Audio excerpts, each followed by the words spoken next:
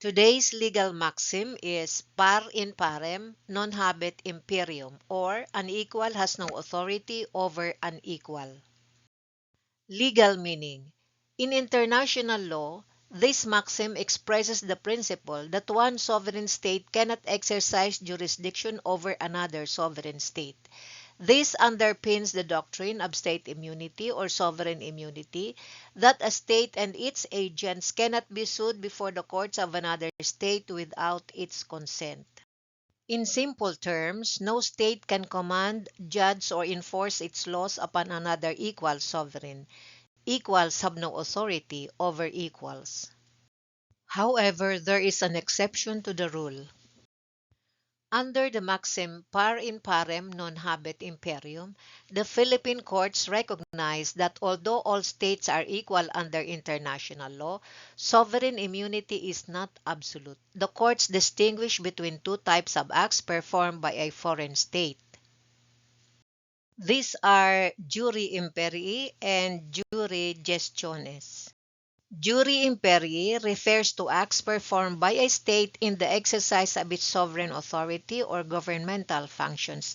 This includes activities that are inherently public in character, such as military operations, diplomatic actions, enforcement of laws, and regulation of state affairs. Under the doctrine of state immunity from suit, a foreign government cannot be hailed before Philippine courts for acts done jure imperii, absent its express consent, since such acts are deemed manifestations of sovereignty and are protected by the principle of equality among states, or par in parem non habet imperium. Meanwhile, jure gestionis refers to acts performed by a state in its private or commercial capacity outside the sphere of sovereign authority.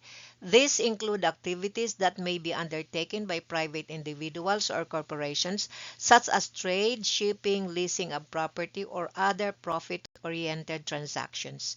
When a state or its instrumentality engages in acts jure gestionis, it is deemed to have descended to the level of a private person and, consequently, is not entitled to invoke state immunity from suit, as such acts are considered proprietary rather than sovereign in nature.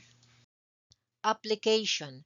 It is the basis of the doctrine of sovereign immunity in both international and domestic legal systems.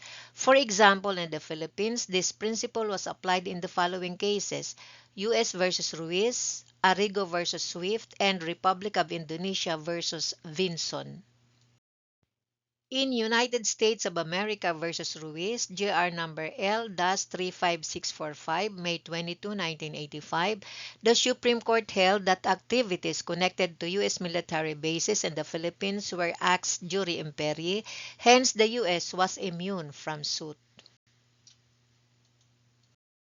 In Arrigo versus Swift, GR number 206510, September 16, 2014, the court reaffirmed that the U.S. Navy and its officials were immune from the writ of kalikasan because of sovereign immunity. And in Republic of Indonesia versus Vinson, GR number 154705, June 26, 2003, the Supreme Court ruled that the Indonesian embassy was not immune from a labor case filed by its driver because the employment contract was a private act or jure gestionis, not an act of sovereignty. Thank you. If you find this presentation helpful, please subscribe to receive notification of future lectures.